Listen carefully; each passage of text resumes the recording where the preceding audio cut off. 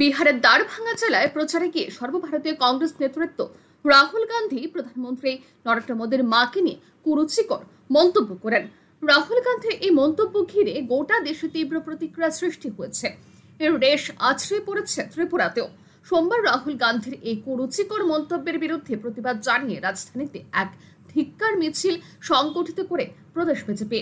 মিছিলটি মহারানী তুলসীবতী স্কুলের সামনে থেকে শুরু হয় শহরে বিভিন্ন পথ পরিক্রমা করে পোস্ট অফিস চৌমুহনী স্থিত কংগ্রেস ভবনের সামনে এসে বিক্ষোভ প্রদর্শন কর্মসূচিতে শামিল হয়। এই কর্মসূচিতে উপস্থিত ছিলেন প্রদেশ বিজেপির সভাপতি তথা রাজ্যসভার সাংসদ রাজীব ভট্টাচার্য, মন্ত্রী সুশান্ত চৌধুরী, সুধাংশু দাস, টিঙ্কু রায়, বিকাশ দেববর্মা, শান্তনু চাকমা, বিধানসভার মুখ্য সচেতক কল্যাণী সাহারায় থেকে শুরু করে প্রদেশ বিজেপির প্রথম সারির নেতৃবৃন্দ।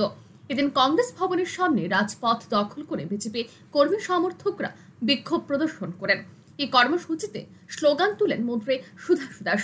এই বিক্ষোভ কর্মসূচি প্রসঙ্গে প্রদেশ বিজেপি সভাপতি তথা রাজ্যসভার সাংসদ রাজীব ভট্টাচার্য জানান, প্রধানমন্ত্রী নরেন্দ্র মোদী যখন বিকশিত ভারতের জন্য প্রয়াস চালিয়ে যাচ্ছেন, সমাজের সকল অংশের মানুষকে সাথে নিয়ে সবকা সাথ সবকা বিকাশের লক্ষ্যে কাজ করছেন, তখন বিরোধী রাজনৈতিক নেতৃবৃন্দ কোনো ইস্যু খুঁজে পাচ্ছে না। সব দরজা তাদের সামনে বন্ধ হয়ে গেছে। তাই এখন গালিগালাজ করে বিজেপিকে এবং প্রধানমন্ত্রী নরেন্দ্র মোদীর বদনাম করার চেষ্টা করছেন।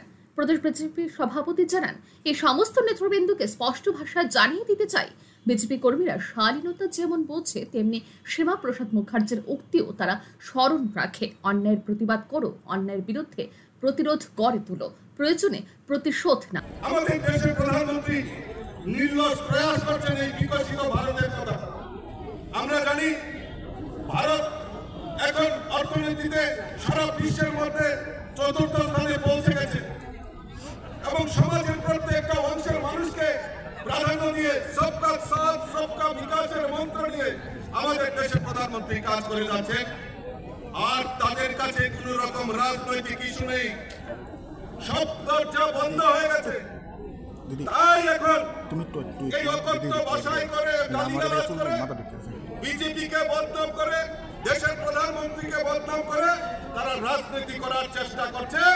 আমি তাদেরকে সাবধান করে দিতে চাই, কারণ ভারতীয় জনতা পার্টির কার্যকর্তারা শালীনতা যেরকম বুঝে, কিন্তু ভারত কেশরী ডাক্তার শ্যামাপ্রসাদ মুখার্জির সেই স্লোগানকেও আমাদের ভারতীয় জনতা পার্টির কার্যকর্তারা বুকে নিয়ে কাজ করে।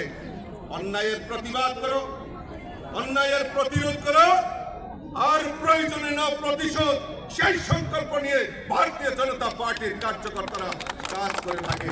আজ এই সাধু শব্দ ভারতীয় জনতা পার্টিকে ছোট ভাবলে চলবে না। আজকে যে ইস্যুতে কথা বলছেন, বিজেপির এই ধিক্কার কর্মসূচিতে কর্মী সমর্থকদের উপস্থিতি ছিল চোখে পড়ার মতো। ব্যুরো রিপোর্ট, আর নিউজ।